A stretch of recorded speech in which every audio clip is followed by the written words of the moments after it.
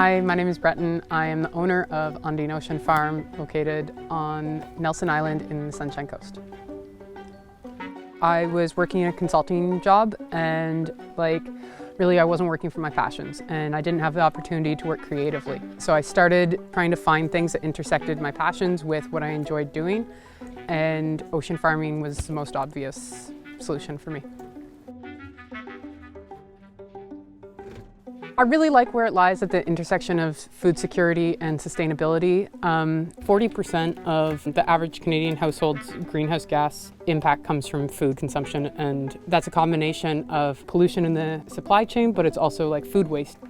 When we talk about scaling up food production to meet growing populations, it's not reasonable to assume that all of it's going to be happening on land, because agriculture is the driving force of deforestation in the world.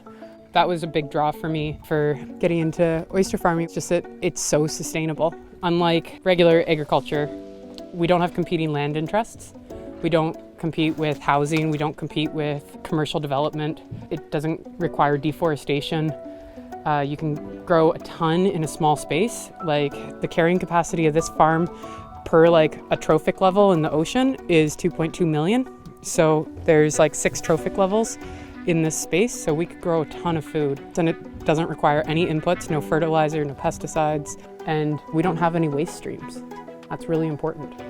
Everything that we deal with agricultural runoff issues, those things are all things that oysters turn into food. If you've heard of nitrogen dead zones, where regular agriculture is basically putting fertilizer into the ocean, then you get these huge blooms of algae, and then the algae take all the oxygen out of the water, and then when fish go in and swim through that water, there's no oxygen in it and they die. So oysters pick up all that dissolved nitrogen and they clean it and filter it from the ocean. These guys, at their current size, they can filter 183 liters of water a day. One of the things that's nice about growing them with kelp is that kelp doesn't do well with the dissolved nitrogen, but it does put oxygen back into the oceans. And then kelp also attracts urchins. If you harvest urchins from the kelp forest and put them in with the oysters, and they keep the oysters clean and healthy. So they work really well in a symbiotic relationship. There's a lot of opportunities for taking advantage of these relationships.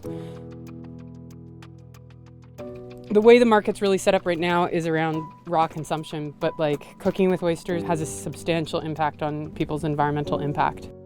I really want to sell direct to consumer so that I can talk to people about, how much more sustainable oysters are as a food source, and then really try and do different initiatives to get it so that it's a center of the plate staple food source rather than a fancy appetizer.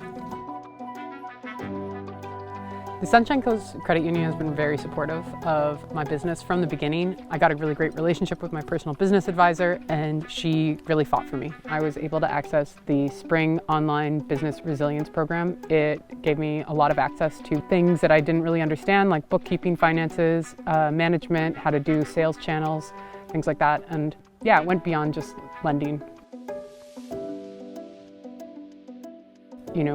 When you're banking in a community credit union, you know that money's not going to be leaving your community.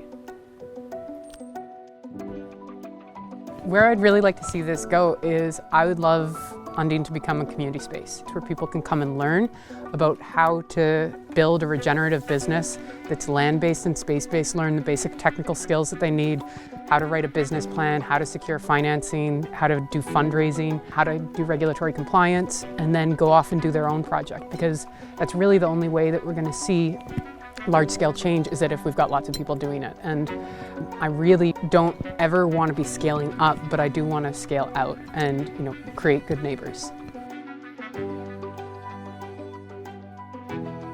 Earlier on this month, I did the first harvest by myself, and it went so smoothly, and it was so fast and easy.